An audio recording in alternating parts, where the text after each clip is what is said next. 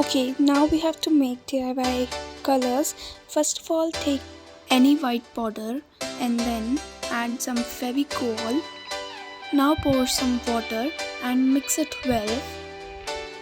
Remember that the mixture should be perfect creamy, and for that the quantity of powder should be more than that of Fevicol.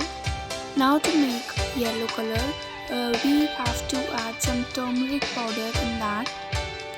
Add that powder until it takes the dark color, the dark yellow.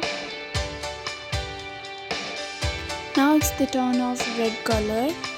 To make red color, add red liquid lipstick in some white color. First of all, it will be a baby pink color, and then we will have to add some more red color until it turns out to be blood red. Remember that the colors should be perfect creamy.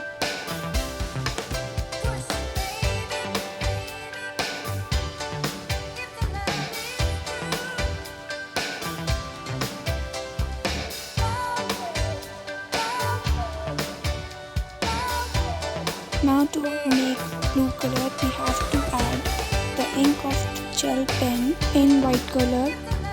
Yellow plus blue will give us the perfect cream color. Now I am done with making of basic colors. Trying out these colors to know do these colors really work. Wait for the results.